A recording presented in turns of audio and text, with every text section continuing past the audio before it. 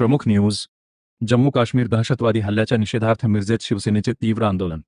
मिरज जम्मू काश्मीरमधील कुलगाम येथे 1 ऑगस्ट 2026 रोजी निष्पाप नागरिकांवर झालेल्या दहशतवादी हल्ल्याच्या निषेधार्थ शिवसेना मिरज शहराच्या नेतृत्वाखाली तीव्र निषेध आंदोलन करण्यात आले.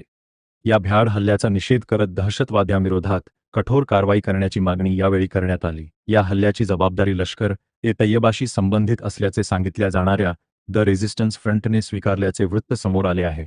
या पार्श्वभूमीवर सुरक्षा यंत्रणांनी दहशतवादविरोधी कारवाया अधिक तीव्र कराव्यात अशी मागणी शिवसेना वतीने करण्यात आली.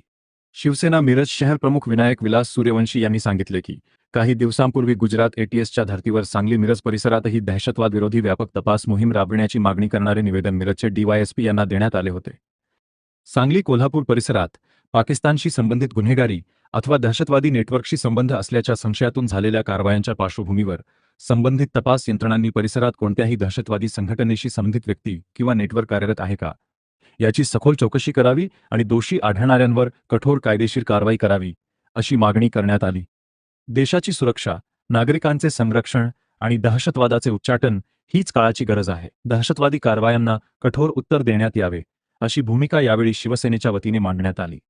या आंदोलनावेळी उपजिल्हा प्रमुख माधव गाडगीळ, शहर प्रमुख विनायक सूर्यवंशी, शहर संघटक गजानन मोरे, माजी शहर प्रमुख विजय शिंदे, शहर संघटक जब्बार मुजावर, उपशहर प्रमुख प्रकाश अहिरे, उपशहर प्रमुख सुधाकर धोंगडे, हिंदू एकता शहर प्रमुख सोमनाथ गोटखिंडे, माजी उपशहर प्रमुख किरण कांबळे, अभिषेक चव्हाण यांच्यासह शिवसैनिक मोठ्या संख्येने उपस्थित होते. अशाच स्थानिक आणि ताज्या बातम्यांसाठी घर प्रमुख न्यूजला लाईक, सबस्क्राईब आणि शेअर करा.